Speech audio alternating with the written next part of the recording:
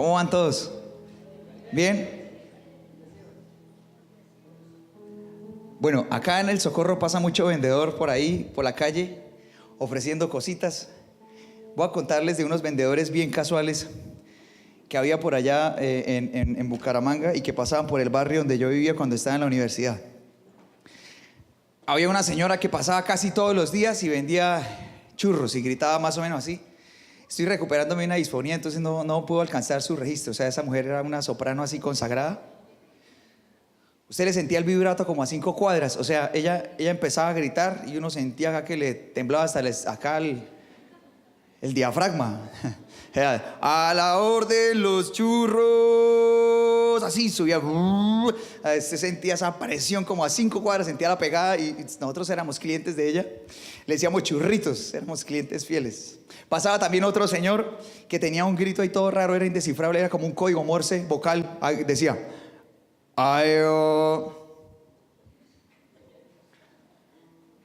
o sea, ¿se entiende algo? Yo tampoco. Decía, más encima pasaba en moto, agregue el motor de la moto. Nosotros siempre salíamos a escuchar, por él pasaba y luego salía siempre a escuchar solamente por escuchar qué era lo que decía. Nunca entendimos, jamás. ¿Sabe qué nos tocó? Hacer investigación ahí en el barrio con la gente que lleva bastante tiempo. Y un día una señora de la tienda nos dijo, no, esta es una remontadora de calzado. No sé cómo le cuadra ahí remontadora. Usted puede llevarse eso de tarea. Pasaba también otro señor los domingos en la mañana, muy juicioso, que vendía plantas aromáticas, así para las agüitas y todo eso. Y pasaba y gritaba, si hay hierba, si hay hierba. Muy sugestivo, ¿no? Pasaba con una carreta como de 2,5 metros, como por 1,5, y la arrastraba la carreta, si hay hierba, si hay hierba. No sé si a usted le pase, pero uno tiende a encasillar a las personas en la cosa que hacen, ¿no? Entonces, la señora de los churros, el de la remontadora, el de la hierba.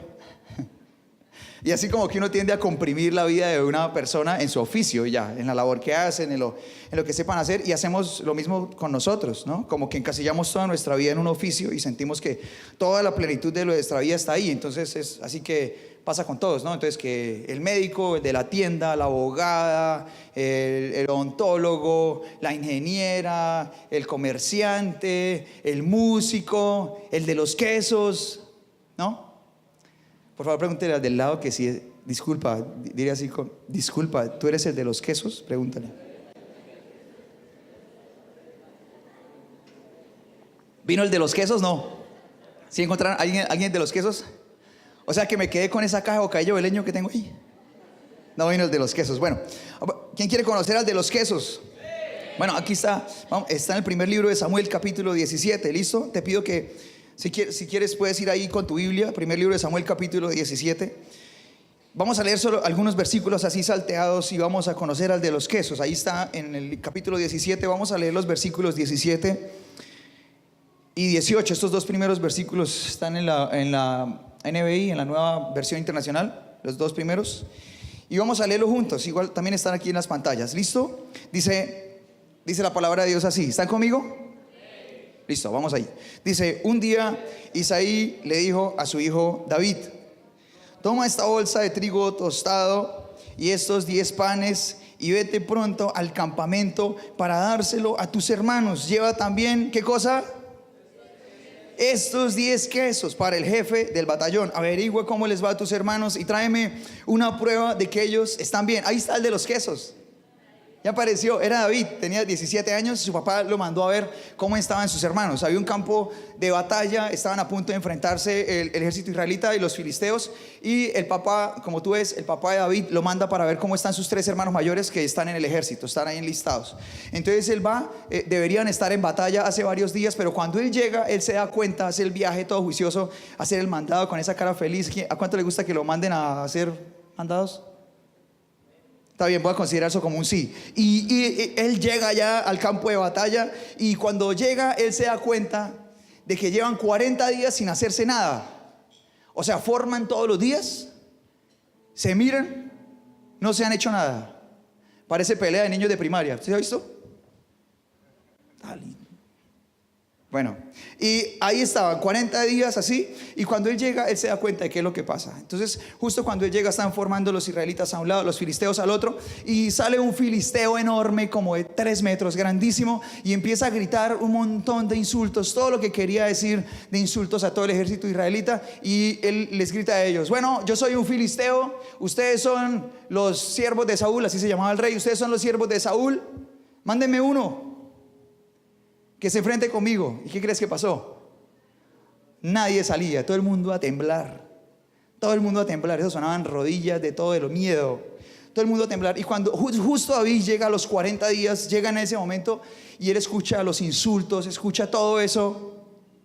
Y en ese momento él es el primero que empieza a sentir algo que nadie ha sentido. Él, en lugar de sentir miedo, empieza a sentir indignación, empieza a sentir coraje y empieza a entender por qué está ahí. Y de pronto mira lo que pasa en el versículo 26. Dice: David les preguntó a los soldados que estaban cerca de él: ¿qué recibirá el hombre que mate al filisteo y ponga un fin a su desafío contra Israel? A fin de cuentas, ¿quién es este filisteo pagano al que se le permite desafiar a los ejércitos de Dios viviente? Tenía coraje, ¿no?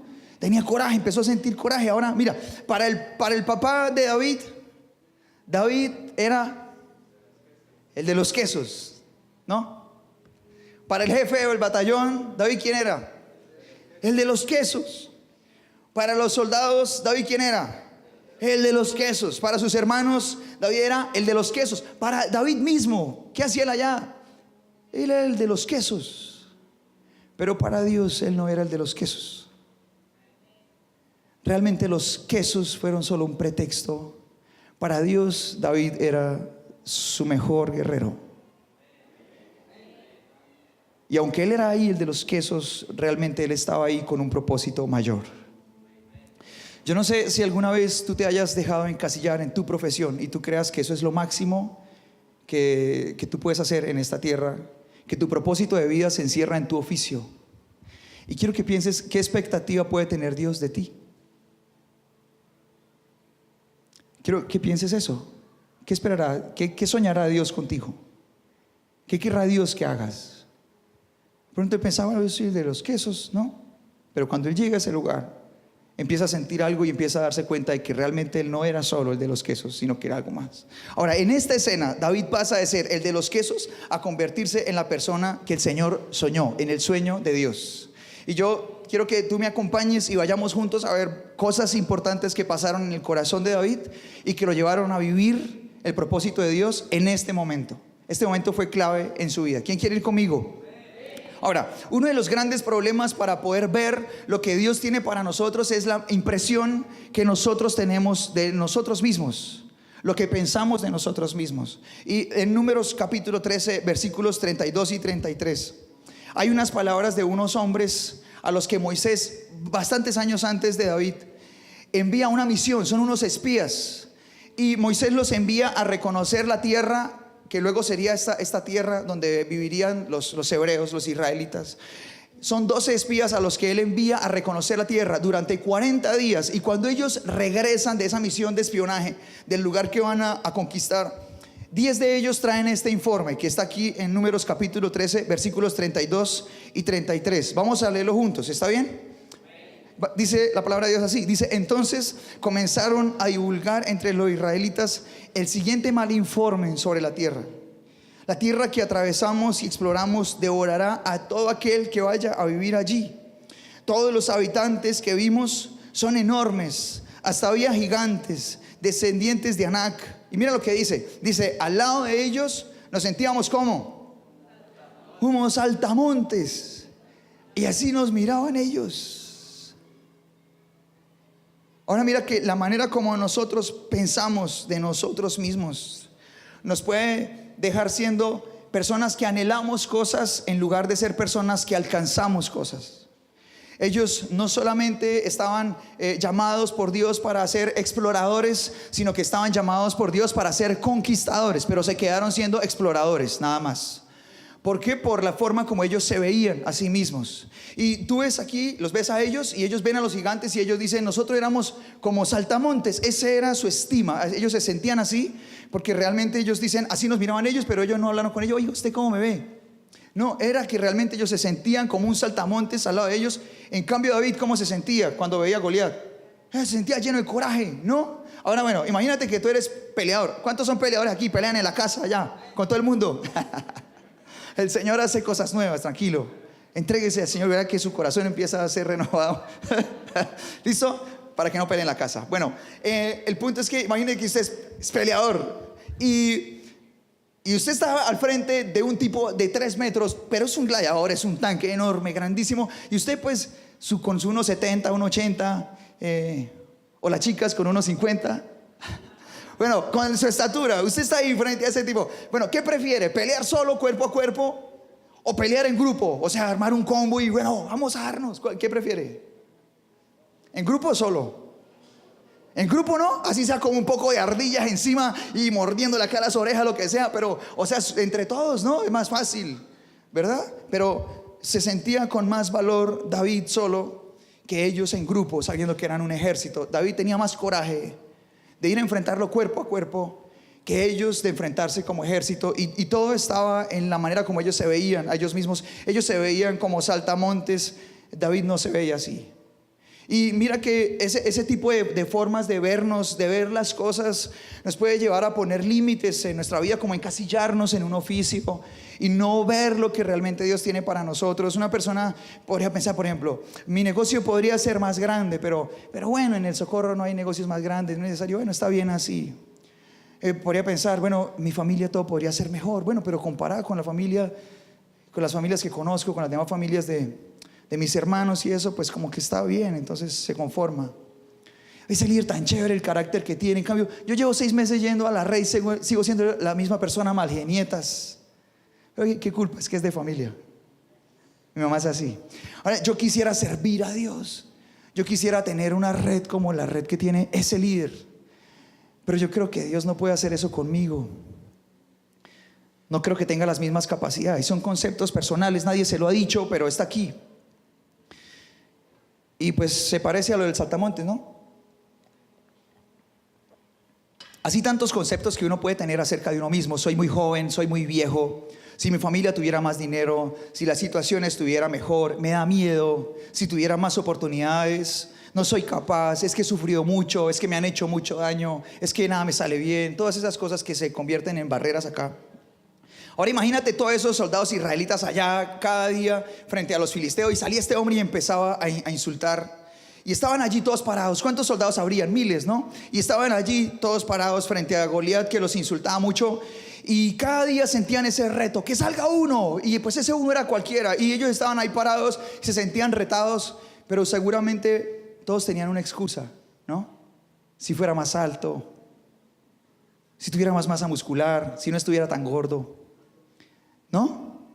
Pensaría en ese tipo de cosas. Siempre, cada día, primer día, segundo, 10º día, a los 20, a los 30, 40 días, y cada día hubo una excusa para no salir a la guerra. Hubo una excusa, es que. En cambio, David no tenía excusas.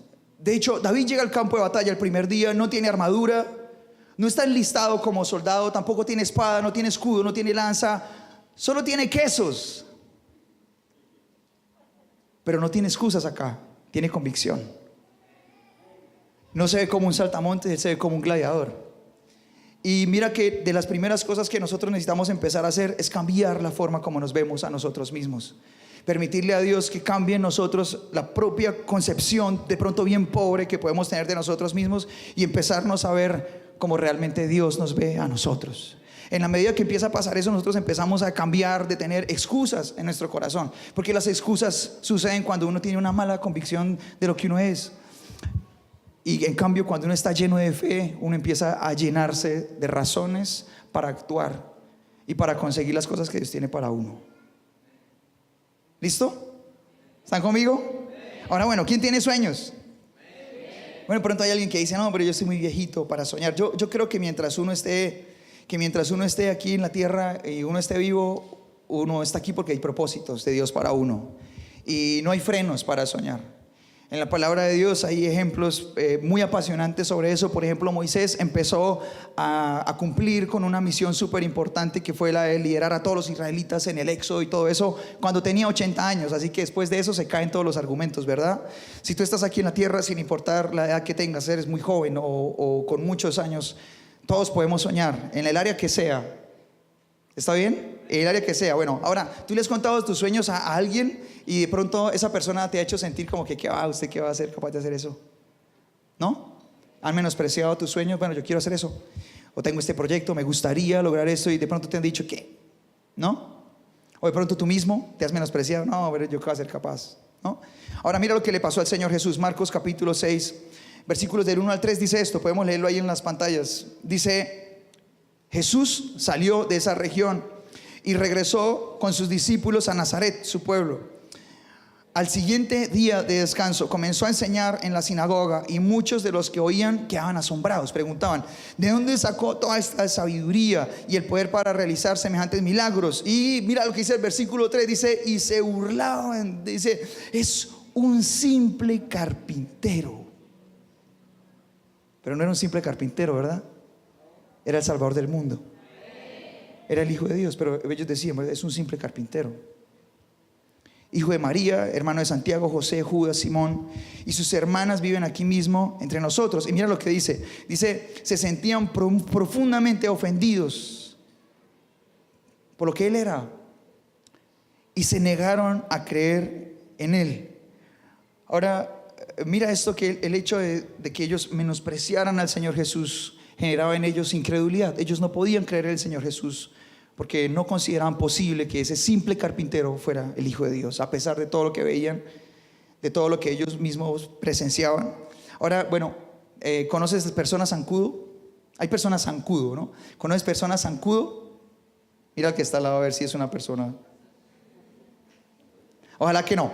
Pero ¿quiénes son las personas zancudo? Las personas zancudo son las que se conectan contigo para sacarte lo bueno, inyectarte todo lo feo que ellos tienen en su corazón, ¿sí?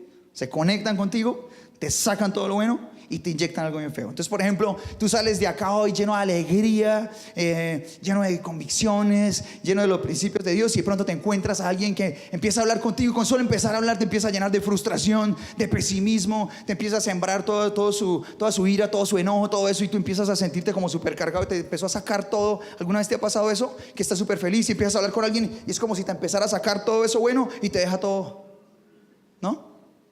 Bueno, te encontraste con una persona zancudo. Ojalá que tu esposo o tu esposa no sea una persona zancudo, ¿cierto? Pues porque el consejo es: no estés con personas zancudo. Uy, hay que orar mucho si tu esposo o tu esposa es una persona zancudo. Ahora, bueno, cuando nos permitimos que lo negativo que otros dicen entre a nuestro corazón, se puede generar incredulidad en nosotros mismos. Y mira lo que pasa con la incredulidad. Dice el versículo 4: entonces Jesús les dijo: un profeta recibe honra en todas partes, menos en su propio pueblo y entre sus parientes y su propia familia. Y debido a la incredulidad de ellos, ¿qué pasó? Jesús no pudo hacer ningún milagro. Dice: excepto poner sus manos sobre algunos enfermos y sanarlos. Bueno, los discípulos estaban tan acostumbrados a ver tantas cosas del Señor Jesús, que pues esto que él hizo, pues para ellos fue como si no hubiera hecho mayor cosa. Y estaba asombrado de su incredulidad. Ahora, cuando una persona se deja influenciar por todo lo negativo que pueden poner en su corazón otros, puede terminar teniendo tanta incredulidad que pueden terminar arruinándose los planes de Dios para ella. Quiero compartirte un dato que no está aquí en las pantallas, pero está en Jueces capítulo 20, versículo 16. Te pido que lo escuches. Escucha esto. Esto sucedió años antes de que pasara esto con David, varios años antes. Está en el libro de Jueces capítulo 20, versículo 16. Y escucha esto acerca de los militares hebreos. Escucha una de sus características. ¿Estás conmigo? ¿Conectados? Listo. Dice: entre las tropas selectas de Benjamín había 700 hombres zurdos, capaces de tirar una piedra con la honda y acertar a un cabello sin errar en el blanco. Era una de las habilidades del ejército hebreo. ¿Lo leemos otra vez? Porque no sé si alguno de pronto pensó: wow, David le pegó allá ese pedrado, una Goliat. Bueno, porque aquí de pronto muchos conocen esa historia, ¿no? ¿Verdad? Es muy popular. Y de pronto piensa, bueno, ese debía ser el único que sabía tirar piedra. Y mira lo que pasa con este ejército. Dice, entre las tropas selectas de Benjamín había 700 hombres zurdos capaces de tirar una piedra con la honda y acertar a un cabello sin errar en el blanco. No era una exageración. Realmente los soldados hebreos tenían una puntería salvaje. Eran impresionantes. Ellos podían apuntarle a lo que dice ahí, a un cabello a distancia y ¡pum!, ponérselo. Ahora imagínate, entre esos miles de soldados, ¿cuántos hombres, ponte una cifra, la que quieras en tu mente, crees que habrían en esa formación que sabían usar una honda y disparar una piedra? ¿Cuántos crees que habrían? Ahí formados, día 1, día 2, día 10, día 15, día 20, y el filisteo salía y los insultaba, y allí estaban ellos de pronto con su honda en sus cosas, y sabiendo que ellos podrían hacerlo. O sea, que ellos podrían salir y derribar a ese hombre con un tiro. Ellos sabían que podían hacerlo. Pero ¿cuántos de ellos de pronto miraban a su jefe de batallón y lo veían decir, no, nadie puede enfrentarse a él? Y pronto sentían miedo y decían, no, yo no soy capaz. Si ellos no pueden, yo tampoco. Si el de acá tiembla, si este me dice que no puedo, yo tampoco puedo hacerlo. Pero de pronto él sabía en su corazón y sentía esa presión y decía, tal vez sí. Tal vez si yo salgo con mi onda, yo le puedo pegar uno solo sin necesidad de enfrentarme cuerpo a cuerpo con él antes de que se acerque y matarlo. Yo podría hacerlo. Pero al ver a los otros todos desanimados, empezar a desanimarse él también. Yo creo que a varios les pasó eso. Que varios empezaron a sentir miedo porque empezaron a ver a los demás todos llenos de miedo. Y eso nos habla a nosotros mucho de la gente que está alrededor nuestro. ¿Cuántas veces dejamos de hacer cosas porque la gente que está alrededor nuestro es muy cobarde y no se atreve a hacer nada? Y dice la palabra de Dios que esto le pasó a David cuando él empezó a tener esa inquietud y a preguntar ¿qué hay que hacer? Porque el rey empezó a ofrecer algo al que se le enfrentara al filisteo. Dice que su hermano mayor, mira lo que le dijo en el capítulo 17 versículo 28 al 30. Dice, pero cuando Eliab, el hermano mayor de David, lo oyó hablar con los hombres, dice, se enojó. Dice, ¿qué estás haciendo aquí? Le reclamó, ¿qué pasó con esas pocas ovejas que se supone que deberías estar cuidando? Conozco tu orgullo, solo quieres ver la batalla. Y empieza a desanimarlo. Así le dije, váyase, usted es un pobre pastor ahí de un rebañito y todo chiquito, váyase para allá. ¿Qué hice ahora?, le contesta David. Solo hacía una pregunta. Y dice la palabra de Dios, entonces caminó hacia otros. Te pido que leas conmigo esto en el versículo 30. ¿Ves? ¿Ves lo que dice? Dice, entonces ¿qué hizo? Caminó hacia otros y les preguntó lo mismo. Ahora mira lo que hace David. David, cuando empieza a sentir la presión negativa de su hermano, él cambia de círculo social, se va de ahí. Se va de ahí. Y esto es muy importante porque, o sea, si el Señor le permite a uno tener propósitos acá en el corazón, uno lo que menos necesita al lado es gente negativa, gente zancudo, ¿cierto que sí? Gente que, bueno, uno ahí se llena del Señor, la tiene clara, se enfoca, empieza a hacerse propósitos con la palabra de Dios acá y encontrarse con alguien que empiece a absorberle todo eso y a llenarlo de cosas negativas. Lo menos que uno necesita cuando uno quiere hacer algo con su propia vida es gente así, gente zancudo al lado. Dile al lado, no tengas, al que está al lado, dile, no tengas amigos zancudo. Ahora mira, en la palabra de Dios hay personas maravillosas que vivieron planes de Dios grandiosos.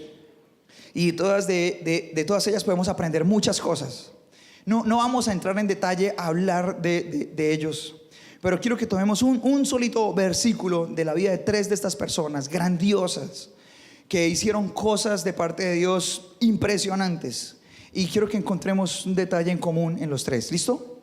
El primero es Samuel. Y está precisamente en este mismo libro, en el primer libro de Samuel, capítulo 2, versículo 26. Vamos a leerlo juntos, está acá, ¿listo? Dice, mientras tanto, ¿están todos conmigo? Vamos a leerlo acá. Dice, mientras tanto, el niño Samuel, ¿qué hacía? Crecía en estatura física y en el favor del Señor y en el de toda la gente. Samuel es un personaje apasionante de la palabra de Dios. Es un hombre que sirvió a Dios desde que era un niño hasta que se fue de esta tierra. Hizo cosas muy, muy valiosas para todo su país. La sola vida de él representó que la gente empezara a conectarse con Dios otra vez, Antes de él la gente se había desconectado de Dios, la relación se había perdido, pero el solo hecho de que él estuviera marcó una época muy importante para todos ellos. Y mira lo que dice: el niño Samuel crecía en estatura física y en el favor del Señor y de toda la gente. El segundo personaje es Juan el Bautista. De Juan el Bautista el Señor Jesús dijo que de los hijos de mujer no hay ninguno como Juan. O sea, para el Señor Jesús Juan es uno de sus favoritos. ¿Sí? Bueno, eso ya es cosa mayor. El versículo 80 de Lucas 1 dice así, vamos a leerlo juntos. Dice: Juan creció y se fortaleció en espíritu y vivió en el desierto hasta que comenzó su ministerio público a Israel. Vamos a leerlo de nuevo, ¿listo? Dice: Juan, ¿qué hizo? Juan creció y se fortaleció en espíritu y vivió en el desierto hasta que comenzó su ministerio público en Israel. Y el tercero es el más grande de todos. ¿Quién es el más grande de todos? Mira lo que dice ahí en Lucas capítulo 2, versículos 51 y 52.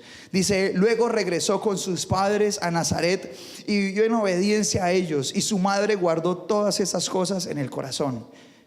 Y mira lo que dice el 52. Jesús crecía en sabiduría y en estatura y en favor de Dios y de toda la gente. ¿Notas algo en común? Todos estuvieron en crecimiento. Todos estaban en crecimiento. Ahora, ¿no crees que ese mismo día, que fue el día en el que David se convierte en un héroe nacional, hubiera podido ser el día para cualquier otro soldado? O sea, ¿no crees que todos los que estaban allí parados, alguno sentía o muchos sentían en su corazón: yo podría hacerlo, ¿no?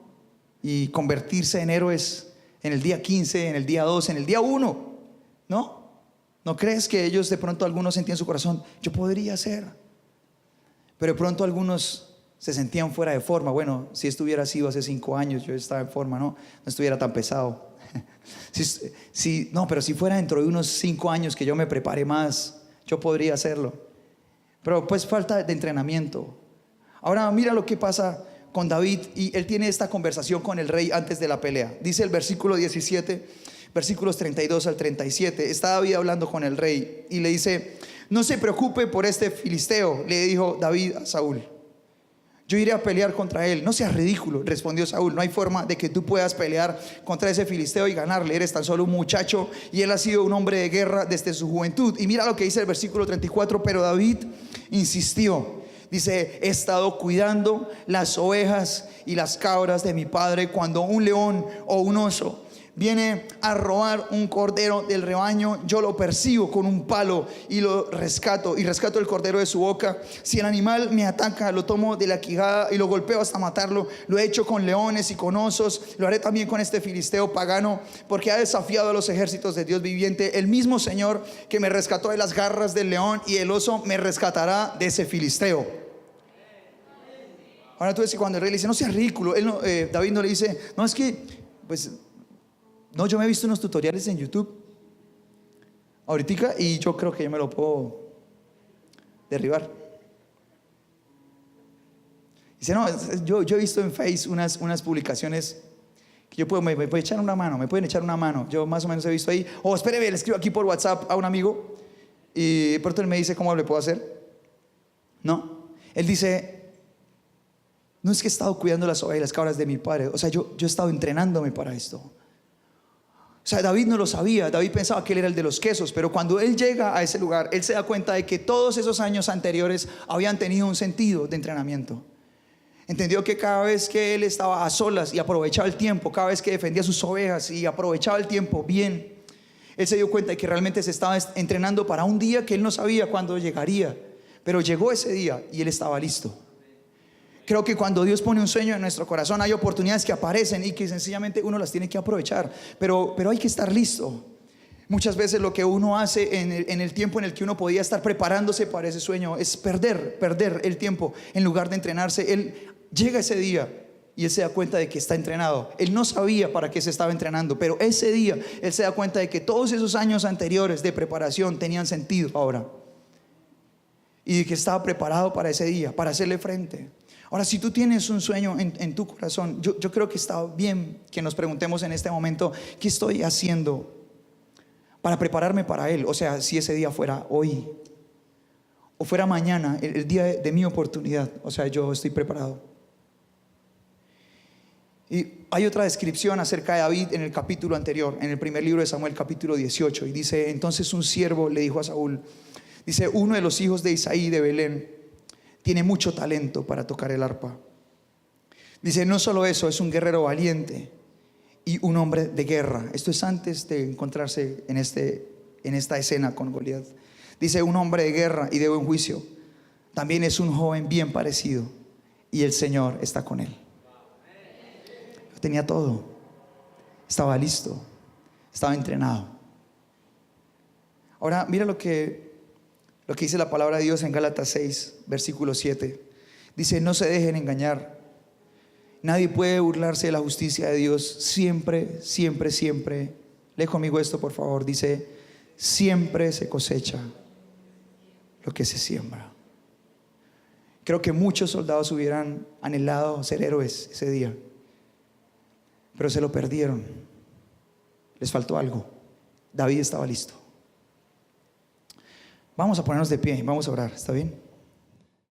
Te invitamos a suscribirte, activar la campanita de notificaciones y compartir todo el material que ya está disponible. Encuéntranos como Asambleas de Dios Socorro.